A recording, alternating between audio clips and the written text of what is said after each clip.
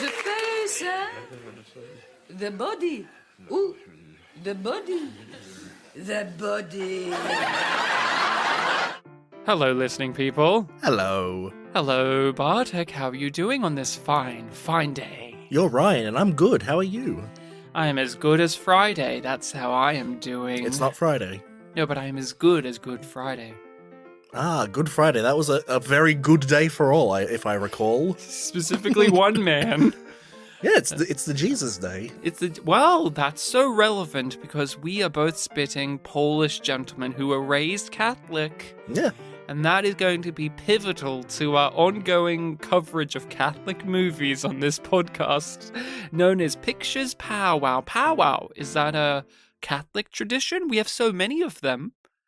Are we going to be in the top 10 Catholic podcasts by the end of this discussion? Well, I think when I do the YouTube stuff for this episode, I have to make a new playlist for the Catholic stuff. I think we actually have a few films that would slot that in nicely. Yeah, maybe. Oscar being one of them, with Sylvester Stallone, because he had his priest, That's right. Don Amici. Yeah. It opened up with Catholicism, Bartek. It did. I reckon I could go through the amount of films we've done. St. Trinians, Saint. Yeah, then the One Jew playlist where we have Keeping Up with the Steins. I think that's one of the few. And what was the one we did with Liam? The due day?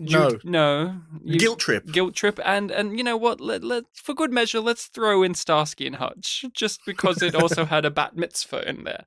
But we are here to talk about a movie that has come recommended on Pictures Powwow. That is how it is done.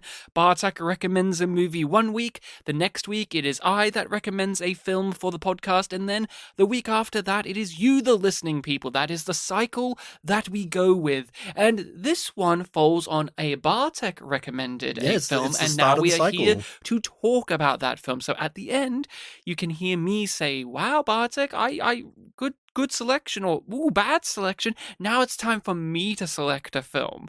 But we are talking about which one of your picks did you give us today, Bartek? You were allotted a certain parameter to work in, because you go with one time it is a foreign film, and then the next time it's you, it is a mainstream, more Hollywood film. Yes, so specifically Hollywood, non-Hollywood. So what is it this time This around? time was Hollywood.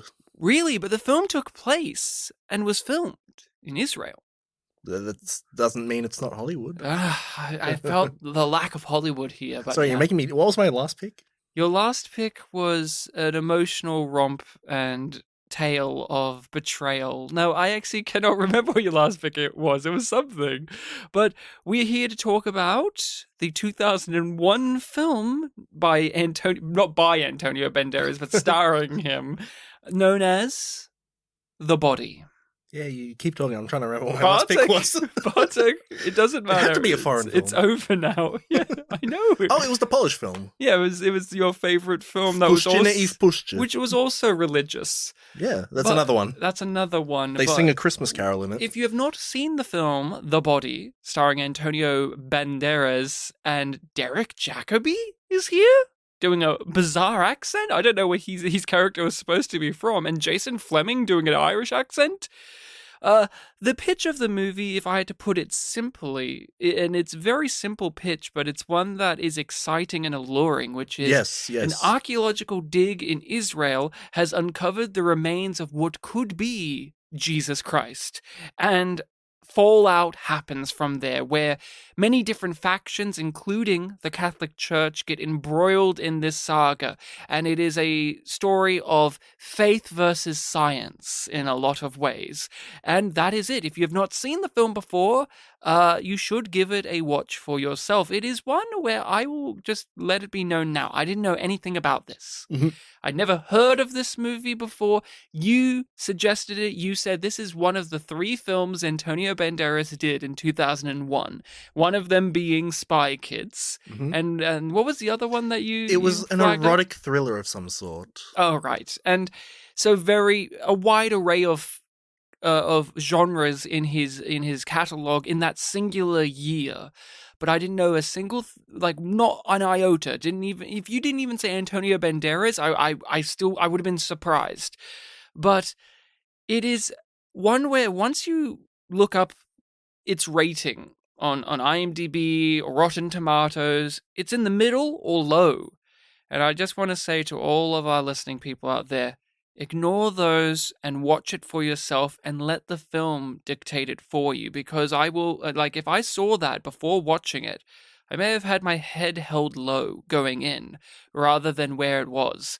And I think it really benefited from just going into it, accepting it for what it is rather than the kind of outside buzz. But I want to sink our teeth into it a bit more. So, Bartek, please tell us about your history with this film, why you recommended it, everything about it. Go on. Sure. I gave the reason last episode, but we'll go over it again. So, I went to a Catholic school, did RE, religious education, and in year 10, which was back in 2009, I remember we watched 2 films in the course of the year.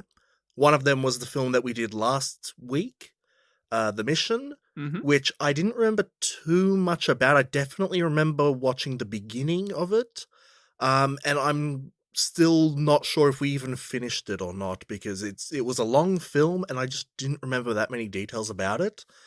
And the other one was this film, The Body, which I do remember watching all of, and very similar to the history that I gave back when we did Brick.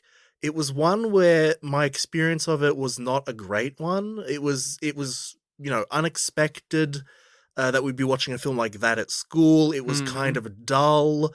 It's being broken up by having to study it and do it in classroom with other people. Yeah, and I guess we talked about last week how religion is an interesting topic for us.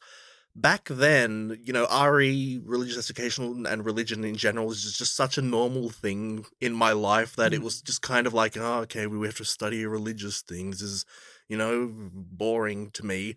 So I didn't enjoy the film at the time and actively was not interested in trying to enjoy it. But thinking back on it, like, the premise is, as you said, like, objectively pretty interesting. And so I kind of wanted for a long time to give it another chance. Like, okay, let's actually want to watch it and see what sort of merits it has. Because, yeah, the experience back then, I pretty much only remembered, like, the locations of the film, like what the dig looked like.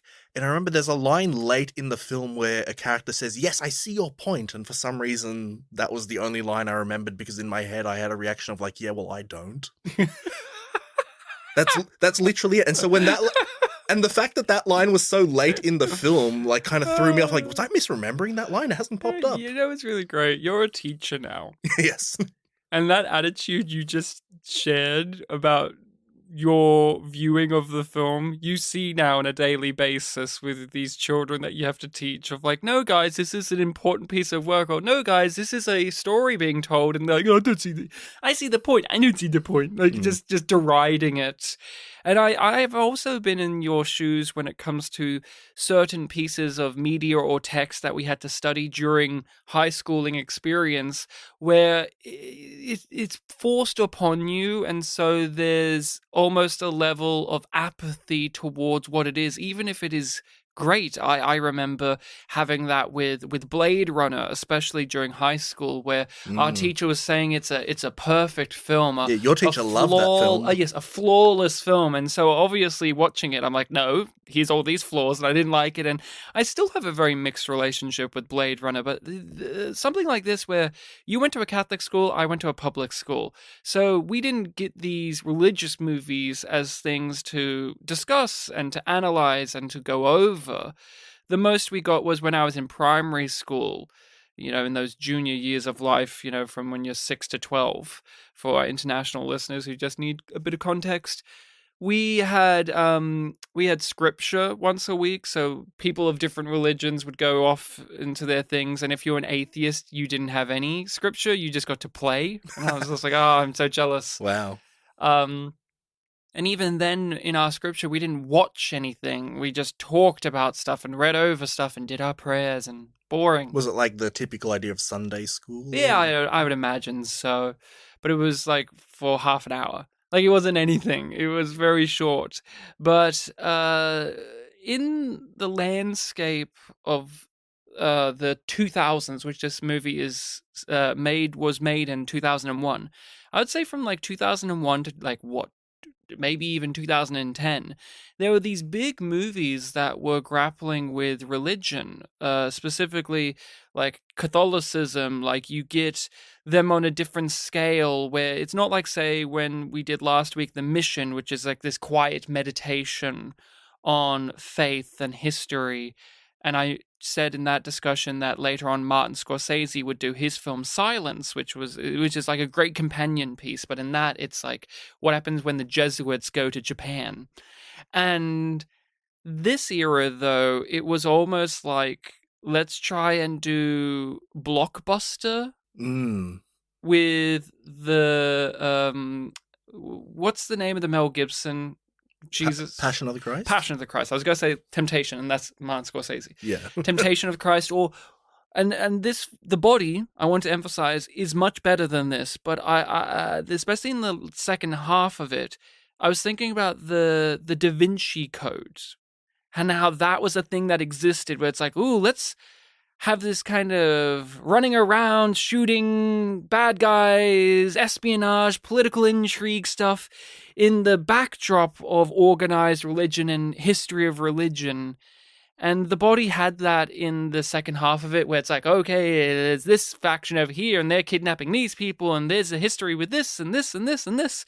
And it was just such a trip down memory lane of what was going on back then, where it was just quite a few movies, quite a few big actors like Antonio Banderas or Mel Gibson when it comes to directing, or Tom Hanks when it comes to acting as well. We're like, yeah, let's put our money behind and our talent behind these loud, big, ambitious, over-the-top, or even thoughtful Christian/religious tales. It's just like we would not get The Body now, not in the way that it was presented here. No, that's with true, yeah. with Antonio Banderas, who's like he's a big actor, like he's a star. It's like a year or two before Shrek 2.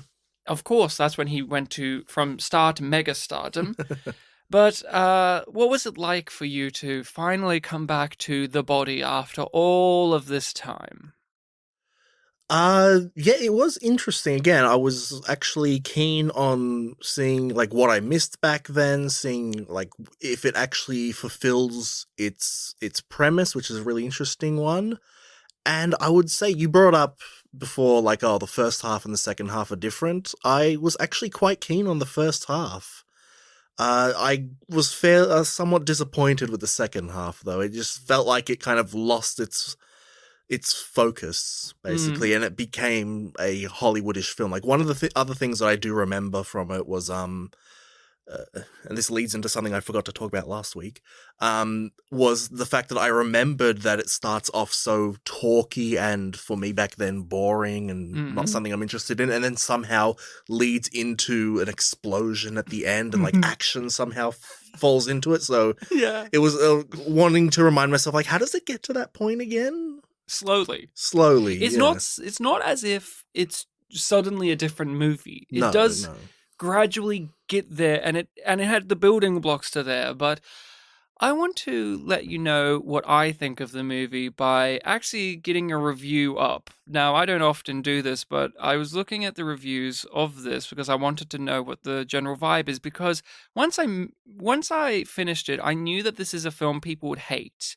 because of the story itself. When you are dealing with such big things, like if we found the body of Christ, and then criticizing the Catholic Church if they handled it at all, there's obviously going to be some upset. And then obviously, should we give some religious context for people that might not know? What about Jesus? No, I think you guys, you know who Jesus is. Our Lord and Savior. But basically, the story of Easter, he was killed on Good Friday, buried in a temple or tomb. And then on the third day, the Sunday after, his body was missing from there. He came back to life, he talked to his disciples, and ascended into heaven. So the fact that, potentially his body was found means that people are going to think, oh, so the story was bullshit. Yes. And the church is very powerful and is not going to be very happy if that ends up being the case. And I knew that this would be an upset because just that subject matter is going to ruffle feathers for certain groups. As you see And in the film, yeah. as you see in the film. And then the film takes that turn to having explosions and car chases and guns, and that's also going to be something. So this is middling, but on Rotten Tomatoes, it has a very low rating. It's like Wasn't it like 15, 13 or something? 13%. Yeah. And here's what one of the critics had to say, and I think this is super telling. All we've got for most of the picture is philosophy, something which doesn't work very well on the silver screen. That there. That there is why the second half exists. Because people believe that. People believe that you can't have a film that's talky and just about philosophy and about a bunch of people debating about the ramifications of such a thing. That's why the second half lost me. I became fed up with this. I loved this movie. I thought it was great. I love Antonio Banderas at the best of times, but I thought this is one of his best films I've ever seen. Oh, wow. I thought he was phenomenal. He really rode the line of being a man with an agenda while trying not to have an agenda as well. I thought he was wonderful. And that idea, that premise is so tantalizing for I knew you'd love the premise. discussion of philosophy on the silver screen. And then I got fed up with the movie and it lost me. And I got really annoyed with it. And when it rolled credits, I it's like a flip of a coin if I would recommend it to people at this point, because that review, that statement right there of, oh, all we get is philosophy and that doesn't work on the silver screen, that is a perfect encapsulation of why this film flounders at the end, because it's almost like the film believes that. It's like, oh, we can't just have it be talky. It's like the person that wrote that review actually made the film. I can't get over it, because you and I disagreed about The Mission last week. Mm-hmm. A film that is not very talkative, but it is very philosophical. Yes. And you and I locked horns on that, and we had statements about it. But at least, like, it was what it was. Yes. You can't deny that it was stayed true to its vision. Absolutely, and you even won me over slightly for it too. But The Body is a film that is compromised. It gives up on its central conceit, and I just threw my hands up in the air and said, "Why did you do this?" Because I was going to give this a 5 out of 5 at the beginning of it, and then by the end of it, I'm like, do I give it a 2 if I'm being generous? Because when I know we'll get there more so, but when we get to the ending and there's an explosion and he jumps to save her, it's the most pathetic. He doesn't jump. He runs. He runs and then leads her off, and it fades to white. I rewatched it. What was this? What was this? And that he's supposed to be at the beginning of this, and she is supposed to be at the beginning of this, just regular people of their field, but near the end, they're action stars running around dodging bullets. I'm like, he's a priest. You've never seen The Exorcist, have you? No, I haven't, no. One of the great things about The Exorcist is it goes into vivid detail about how one would approach finding out if their child is possessed. So she goes and takes her to a psychologist. She takes her to all these medical professionals, and it takes like pretty much most of the movie for her, the mother, to give in and go to the Catholic Church. And then the other half is the Catholic Church doing the exact same thing, where it's like, no, this is absurd. There's no such thing as possessions. Like you see in this movie, it's like, no, we can't do this. And then eventually they get around to, okay, let's get an exorcist in. It's an old practice that we don't even use anymore, which was true, by the way. And then when the priests come in, it's like, these are priests. These are Catholic priests, but they're also people. And they're not running around having action set pieces with the demonic girl. I was going to say, this year, one of the few films I've seen in cinemas is The Pope's Last Exorcist. Right. And even though that is, somewhat of an action-y horror film, I think the priest relatively kept it to, well, we're exorcists. We're not like action movie stars. It's just... Yeah, I need to slow down and pass it a bit over to you, because this movie got my brain and my heart going at the same time, because what a film. Like, what a movie to just throw into the mainstream of like, oh, here's an idea. What happens if an archaeological team found the remains of somebody that could have been Jesus Christ? you win. That's a great idea. Mhm. And they were running with it for so long, and then they just stopped and laid down on the ground and gave up to mainstream Hollywood bullshit. I'm so angry. And yet I love the movie. It's one of these Wow, yeah. experiences. See, I thought you were going to be a bit more like me, where it's like, yeah, I really enjoyed the first half, but it really lost me on the second half. I didn't realize like the first half would be so high up for you. Like, that's insane. Isn't this a great idea? It is. And didn't they handle it so I was actually maturely? I was actually debating, like, with myself, like, do I give him the premise or not? He usually walks in blind. I think he'll be fine blind. Yeah. Yeah. I thought it was a wonderful thing to have blind, because they open it up and she's looking through and she finds these remains, and I twigged. I'm like, oh, it's gonna be Jesus, huh? And again, you can probably see what I mean when I say that, like, back then I wasn't interested in it, but I thought back to the synopsis, like, that's a really good idea, though. I really need to give that another chance. And the fact that it was winning me over in the first half, like, yeah, this is working for me. Like the Antonio Banderas' first scene with that, higher authority in the Vatican, like, you had all these like trailer lines you could have like, am I doing this for the faith or the church? It's like, it's the same thing with this smile that's like, oh, you bastard. And why did you choose me? And he relays back to Antonio This really flowery.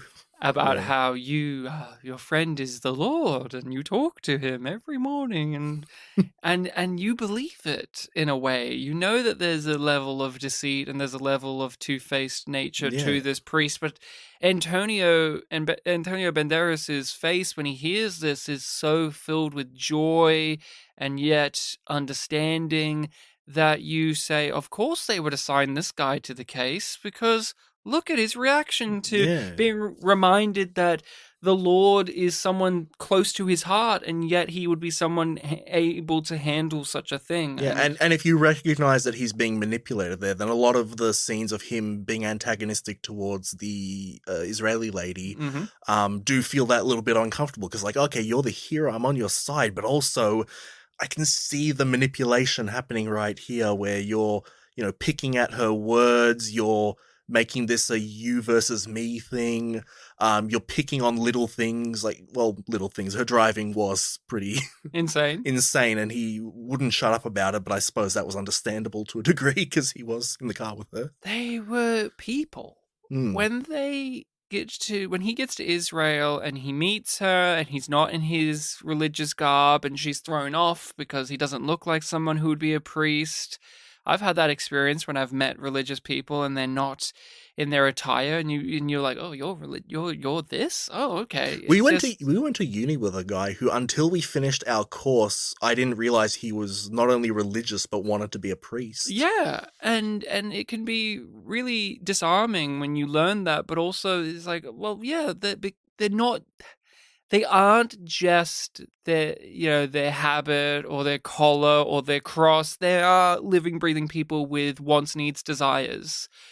And I thought they captured that beautifully with him as our lead, as one of our leading characters, and having him contrast against this Israeli archaeologist who herself wasn't just this stereotypical, I'm a science character and I don't believe in religion. She actually knows all of this religious stuff. She studied it, and she's a Jew, and she has this and this and this. And the debates they had, or when they would bristle up against each other or explode at one another and separate ways, did not feel like this is what happens in the script now type format. It really did come across as two colleagues in a scenario that realize we have completely different worldviews when it comes to this. Now, I don't know if you, I know my wife can relate to this, and you're a teacher too, but like that happens in like class, like in that setting too. Like my wife will be like, oh, that's right, this teacher colleague of mine really disagree on this one thing, and it made you kind of realize, oh, that's right, we have different paths in life when it comes to these things. And yet when it comes to The Body as a movie, it's like they're having to deal with one of the most important things in human history, which is if this is the body of Jesus Christ, and yet their relationship as two characters, I don't know if transcends the right word, but they go to a point where you almost forget how important the thing that they're arguing about is, and you care more about that these two people disagree with one another because you want them to be friends. That's how I felt. Like, I want them to be friends because they get on so well when they do get on, but when they don't, they really don't. And that was just electrifying to me, where I almost forgot that they were debating about Jesus Christ and more just looking at these two people who have now met each other and just like, oh, come on, guys, can't you just figure out a way to be friendly? But then it's like, oh, right, this is one of the most important things in human history. It's about the guy who dictates like what we call the year of our Lord.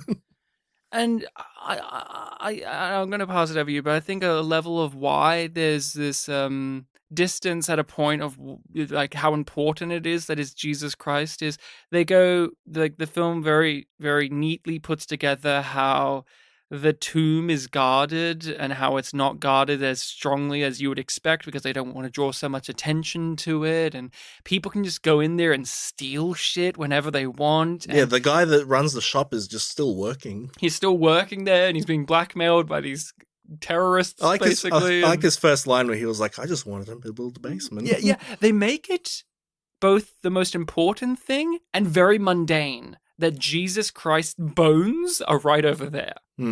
I really potentially. Yeah, that's what I mean. Like, you are juggling that in your head of, is it actually Jesus? But I really, really adored how they had this fine balancing act of making you remember that this is one of the most important things that you could ever stumble across. And I just wanted a basement for my business. Like, it's just another job, or it's not really Jesus. Come on, I just. But tell me a bit more about your thoughts on the body, especially, I guess, going over the characters. What did you think of them? Well, we did have he appeared more at the beginning and once at the end to, commit suicide. But we had that priest who was also an archaeologist who, was the meeting of both sides. And who I really enjoyed his presence in the film. Despite his somewhat hammy voice. Yeah, that's Derek Jacobi for you.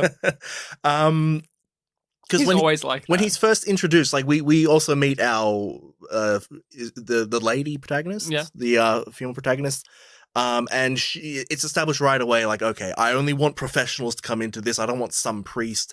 We meet this character who's both a priest and an archaeologist and historian. She doesn't even know he's a priest. Yeah, she changes her tune, and it's like, okay, we're getting something from her character. Like, okay, she recognizes this is a good thing, and we're also getting an interesting hybrid character that could give us different perspectives on it. And later on, or even just at the end of that scene, like, you see him enter the tomb, leaves, and he's just like.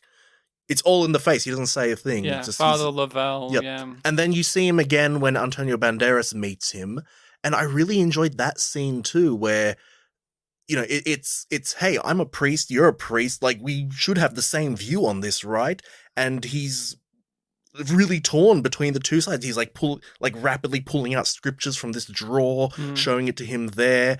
He's saying like, look, I get it. I'm on your side too, in the sense that I am Catholic, but this thing has genuinely rattled me. It is very possible that we were wrong about this, and it was just this really electrifying scene. It also makes you think back to how in history, back in the day, a lot of scientific advancements were helped and discovered by religious organizations like the Catholic Church. Like, you go back and some of the great scientists were Catholics or Jesuits or whatever it is. And so to have this man be the embodiment of that as well, where he is a student of history, he's a man of science, but he's also someone who's a priest and someone who is a servant of God. And when you are actually given the challenge of those two aspects of your soul, those two aspects of your personhood, which one are you going to fall on? That is the ultimate. His character is this mini arc during the movie that will encapsulate what could happen to the larger society of how much of your faith will you stand by when you are presented with evidence that could be contrary to everything you've held dear. when it comes to your religious fundamentals. Really, really well done. Yeah, and that's kind of why I really didn't like his next scene, which is in the second half of the film. Antonio Banderas goes to meet with him again, and he just feels like a crazy guy. He's lost his mind. He's got all Yeah. these pictures of Jesus. I guess that's what they were going for, but it just felt like, oh, but this character had like really interesting philosophical things to say, and now you're kind of just going for a crazy thing. I know, it's just such a weird way to go, and I understand the end point what they're going with him Yeah, for, but they same. needed more of him present in the story if they wanted to achieve that. And also, it's kind of goofy when he kills himself. It's kind of goofy. The way it's presented visually is very goofy. It kind of reminded me of Hot Fuzz. He just turns around, you see the guy on the top. No, slow motion fall. It's very weird, but yeah, we also have that other priest who's like a hacker, who's like a weird, like Jason Fleming's Irish character. guy? Yeah, the Irish guy, and I he's didn't even get that he was a priest. To be yeah, he honest, was wearing the garb. he and did everything. have a cross around his neck. Yeah, and he was brought in by Father Lavelle as an aide.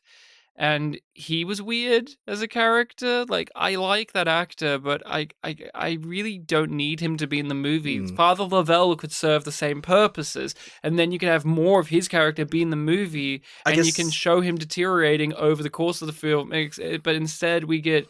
It's almost like little check-ins with Father Lavelle, like, oh, he's losing his mind a little bit. Oh, well, moving on. Yeah, and then 40 minutes go by. Oh, he's completely crazy now. I guess you could kind of feel the Hollywoodism with that character, because he's like the friend who's a little bit fun. He's a young, fun priest who knows about websites and he can hack into things. And he's a little bit more familiar with the land that they're in than our main character. And he's a joker. He reads the things when he's not supposed it's to. like, he likes sinning a bit, but he's gonna it's like if say a few Hail Marys and it'll be fine. It's like if this was a true story, he'd be the character added for the film. Of course he would. That's exactly, you nailed it. That's the perfect summary of his character. And there was a point too where they try to flesh out Sharon's backstory.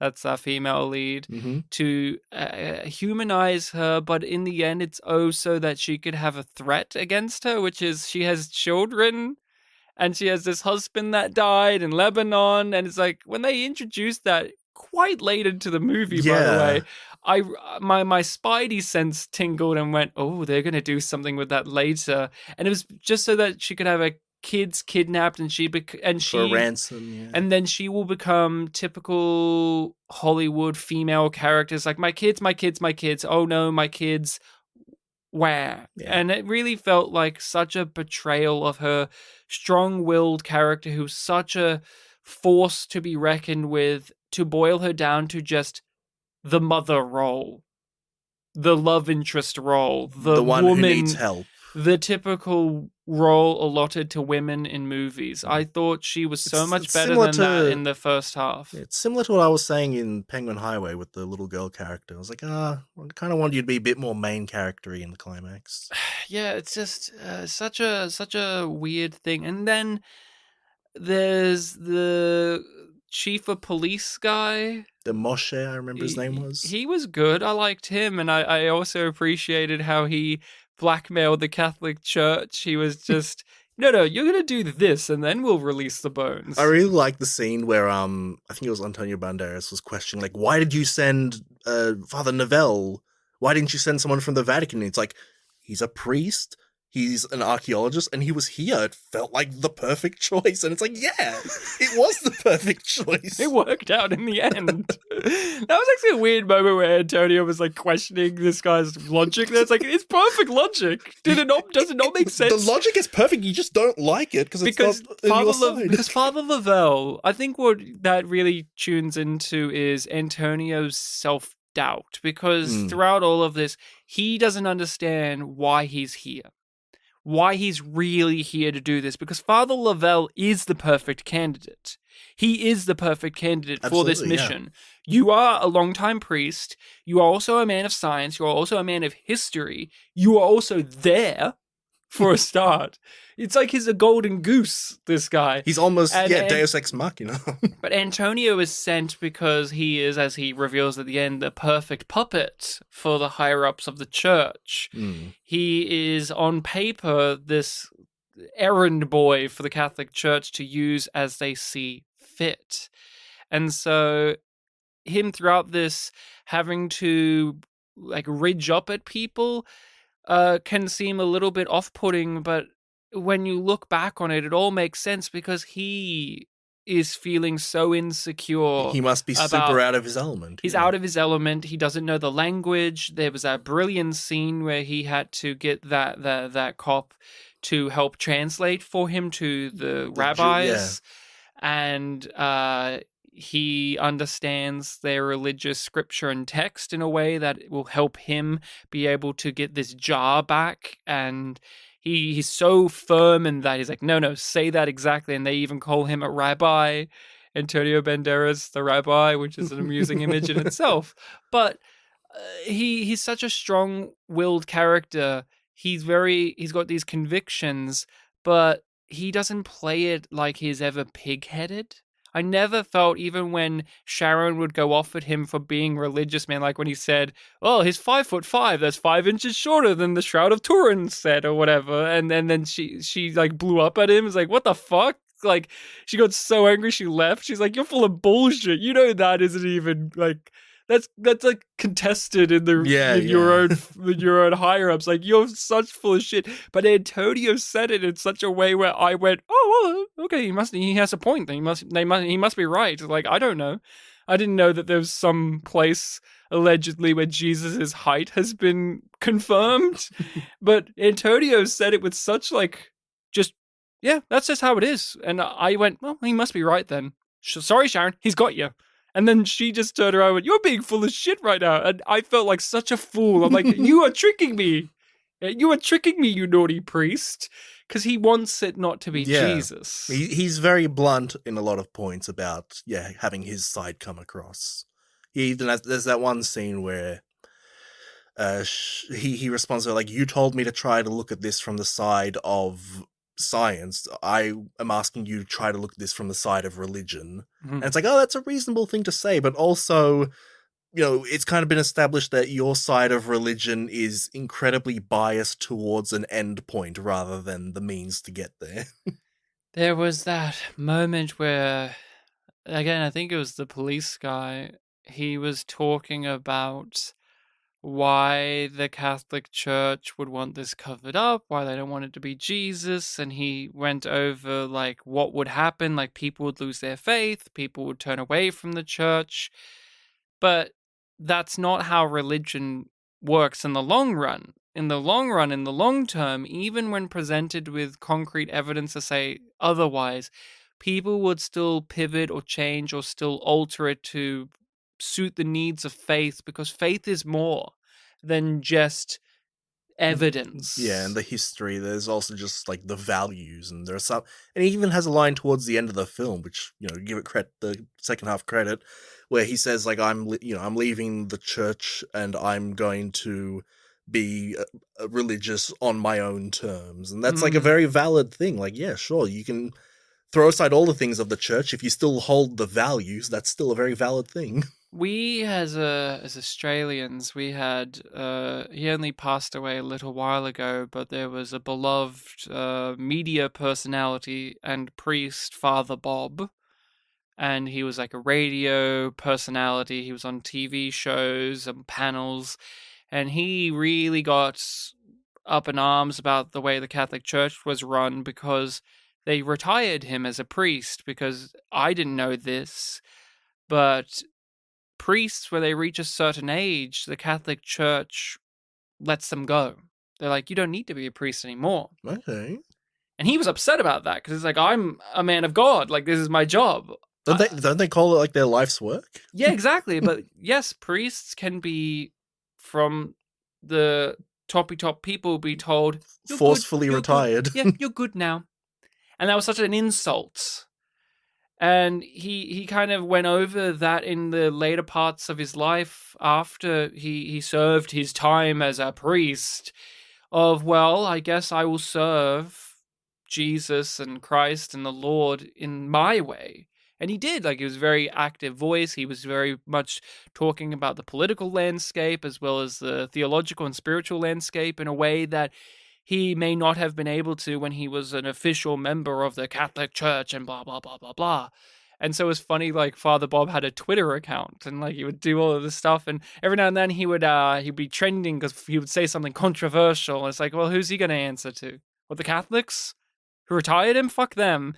And I thought about him when our lead at the end was saying, well, I'm going to leave the church. I'm going to be religious on my terms because it's still a matter of personal faith. And we were discussing with The Mission last episode about how that was condemning how organized religions or societies fuck up the tenets of faith because of just human need for things and their biases. And that's what we get in this movie, where the Catholic Church is framed as this insidious, corrupt, overbearing force because of just plain simple human politics. Yeah, they want a certain conclusion, get to that conclusion no matter what. Rip down all of those pictures of Jesus off the wall in Derek Jacobi's room where he leaped out of a window and just cover it up like Men in Black style, just cover it up, which was a very humorous scene. I did laugh a lot at the almost Men in Black like montage of the Catholic Church cleaning up the evidence. Like, okay, leave me alone. That's so silly. But there's this thing I really want to get your opinion on here with the body as it went along. Now, you may have remembered some of this, but did you think it was Jesus? I didn't remember the conclusion from my 14 years ago viewing, so I was, coming to it fresh. I think I thought that it wasn't Jesus. I didn't really have any sort of basis for that. I just thought, like, I don't think the film would, lead to that ending. I think they would still keep it to reality, but keep it to the status quo of, it's not Jesus. And what do you think of that now? Do you think that was a correct choice? Do you think that benefits the story that it is not Jesus? Or the fact that they do give us an answer? They do give us an answer of it is not Jesus by showing us the 3 circles on the wall, and there was some other things thrown in there. What are your thoughts on it? I think by that point, my interest in the film had gone to such a lower point that I still was interested in the answer, but when I got it, I was like, okay, sure. Yeah, you gave up. Yeah. As did I. I knew that it would not be Jesus simply because films are cowards. That's how I would describe it. They're not brave enough to actually say it's Jesus and then end the movie with the world fucking turning upside down at such a concept. Because if they did, I would have heard about this movie for a start. Because it would have made such a religious upheaval. Because The Last Temptation of Christ, the Martin Scorsese film, that got everyone up in arms. Because the idea of Jesus and Mary Magdalene and, making him more of a person with faults and making Judas an almost sympathetic character was far too much to handle.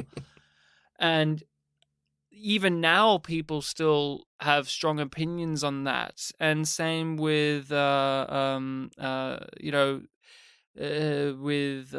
was Mel Gibson? I always forget. Passion of the Christ. That has a lot of opinions, but people loved that. But the religious folks loved that movie. Yeah, they showed us that in year 12. They had that was a gangbusters. We had gangbusters. Yeah, we had I can't remember the full details, but in year 12, we would have this one period a week or every 2 weeks where it was a whole year level assembly. And one of them was dedicated to showing the Passion of the Christ because we do this every year for the year 12s. Yeah, and then you get those wishy-washy, artsy-fartsy ones like Noah, where it's like, yeah, I guess you're a religious movie, but you're not really challenging things. You're just being weird about it. Yeah. While it would be ballsy if this said, yes, it's Jesus Christ. That would be brave, but films are too cowardly to do that more often than not. So I knew it wasn't Jesus because of just the simple reality of the industry. And then when they revealed it wasn't Jesus, I was annoyed because, like you, I had lost interest in that central conversation that it was having. And when they did give us the shot of the circles on the tablet or the wall or whatever, I was wondering, would it have been better if the film played it ambiguous instead of giving us an answer? Because isn't that how faith works in a lot of ways? That's like one of the conversations we were just having a moment ago, is you can give people the answers to one thing or the other, and yet it can still be rejected because it's about your core beliefs and how you will follow them. And a part of the whole tenets of religion is, I don't need to know personally if Jesus Christ was a real figure who really did those things. It's about the teachings that it is transplanting upon many different people and cultures and civilizations, and how we implement those in the real world.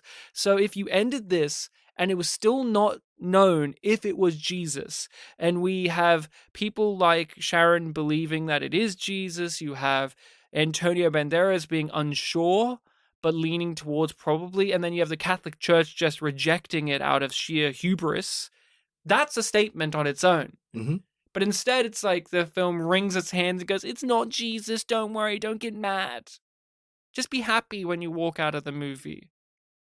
It went from a film that wanted to challenge you to a film that just wanted to pat you on the head and say, I hope you had a good time. Yeah, it's like give you some challenges early on, and then it's like, okay, but did you enjoy that? And you thought about it? Okay, but it's not actually. Did you ever see the film? It's based on a play called Doubt. No, I haven't. Do you know of it?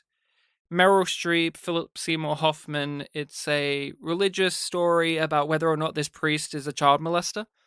And it's ambiguous. It's like it's called Doubt. It's I have my doubts. I might have heard of it, but not the title. No. That's another film that came out around this era of films of like religious stuff, and that was like that's a good movie. Like I don't want to get too much more into it because it's one that you need to watch on your own. It's a really great time, but it's like if that film is challenging. It wants to challenge you. It wants to talk about religion and the system and the hierarchy and human nature, and it doesn't make you leave the movie at the end feeling like you just had a popcorn fun good time at the cinema like The Body.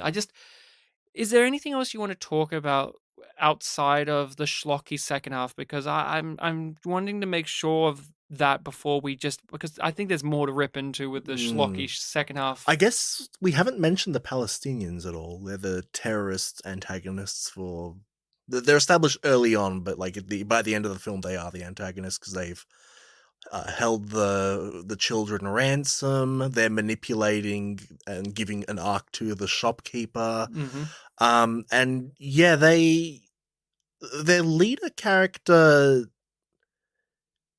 they are a terroristic group in the sense that they do use force and intimidation, and they have guns and they scare the shit out of the shopkeeper character, but the leader character felt weirdly distant from that. He felt a lot calmer than you would expect. He felt like a more talky kind of character, and like even when some of the evil acts were happening of like, oh, we're gonna kill them now, he seemed kind of thrown off by it. It's like, but you're the boss, right? There was that scene where he talked to Antonio Banderas and he was explaining stuff. He was playing the tape. He's trying to make his case, and he's coming across as reasonable. And that would work if we had seen in other scenes, or we have been shown that that's a facade he puts on, like with any leader of a cult-like group or terrorist group. The charismatic leader who shows one side of themselves that draws people in and makes them follow them, and yet is cold and calculating.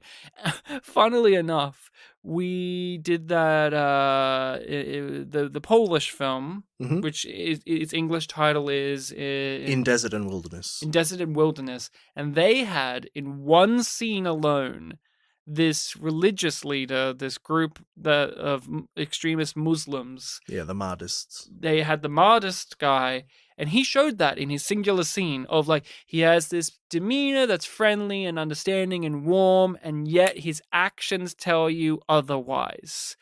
They needed that for this guy because there's this moment where the shopkeeper guy very much says, I'm going to be killed in a few scenes from now, says, oh no, they won't kill your children, I promise it on my life. And it's like, okay, you're dead. And I was expecting it to be like the leader of the Palestinians would reveal that side of himself, and he would be the guy to kill, or he would be the guy to order the kids to be killed. But it wasn't even him. It was like the other fucking guy. Yeah, that's what I'm saying. Like, he It's looked so confused by weird. it. I'm like, you're not in on this? What? What's going on here? And even when you have the standoff between him and Antonio at the end with the grenade, it seems like it's Antonio Banderas who's the one that's a maverick in the scene there. And this guy's like, okay, I guess I accept death. It's so bizarre. So bizarre. So yeah, we went straight into that because he is the key to the central like problem. Is you have this group of extremists who want to destroy these remains and they want to fight against it, and they have valid reasons to do so. But the way it's presented each time they have conflict is through Hollywood action stuff where people are doing flips, there's little explosions, there's the stock explosion sound effect that you hear in every movie ever, and I'm just looking at it going, Antonio Banderas is running back into that store to go to the thing, but he's being shot at. It's like, you're a priest. You know you're a priest, right? You're not like a CIA black ops operative. You're a fucking priest in a shootout. Like Antonio, In a Hollywood film.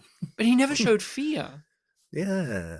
And yet, outside of that, he showed all of these range of I guess he had genuine human emotions. I guess he had a military background that kind of was brought up a few times. Yeah, but even then, it's just he's shown anxiety about being out of place in this culture, not understanding the landscape, and yet he's running around, dodging and weaving, bullet fire. It's just so dumb. I know we've already talked / laughed about it, but that final explosion, they had the standoff with the grenade, which kind of reminded me a bit of Main Hunna.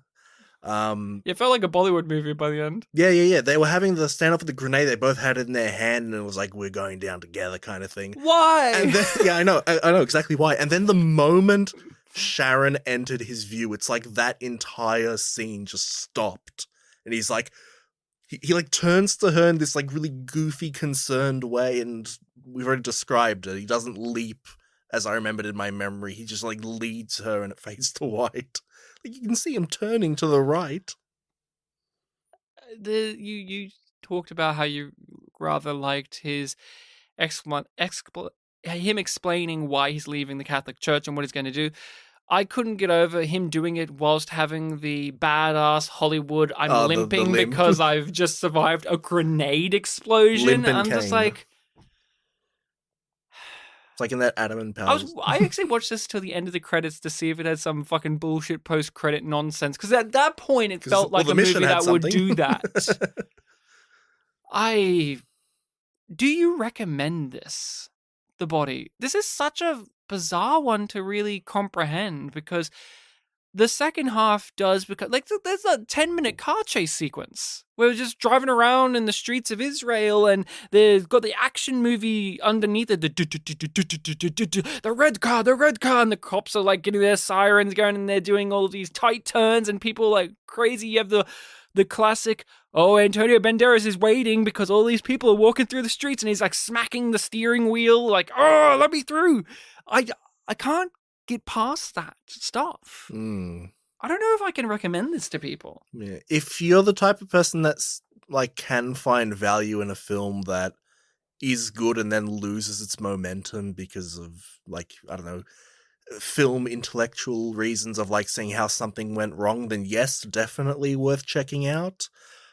For its good moments, yeah, I'd say worth checking out. But for the overall thing, if you're not looking to, get a big disappointment, you might want to pass on it. It's hard to give, a solid yes or no, and especially with, the feelings that you expressed, I'm keen to see if you even come to a conclusion. like, would you watch it again? I mean, I did. Yeah, but there's a different... At this point, though,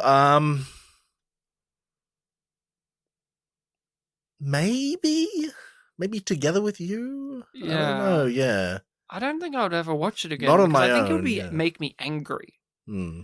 knowing that all of this wonderful material turns into garbage. Because when I'm watching it, I don't know that. I'm sitting there going, okay, this first 40 to 50 minutes, maybe even hour, is great. And then suddenly, not even suddenly, but gradually, it becomes stupid. Yeah. I was saying before we started recording that I watched the Ebert and Roper thing on this, and they only talked about it for like half a minute, and they were basically saying like, basically what we were saying of like, yeah, it had a really interesting beginning, but then the movie shows its hands when it goes to Hollywood explosions and Hollywood action scenes, and it lost me. And they also threw in a thing which I didn't fully agree with, but I can kind of see where they're going with it of, there are so many different characters and factions in the film that it can be hard to follow, like, who wants it to be Jesus, who doesn't. I think just from the basic fact of, like, which religion they are, it is a bit easier to follow, but... I didn't get lost with that. Yeah, I didn't, but I can see some people maybe getting lost. Well... That's kind of why I wanted to give, like, the Jesus context earlier on. It was very amusing in the last 15 minutes they got another scientist to come in and have a look at the bones, and he's like, oh yeah, it's definitely this. Yeah, I was confused by one of those scenes where it was like, no, you told me this. No, I didn't. I was like, what does that matter? I don't know either. Me neither.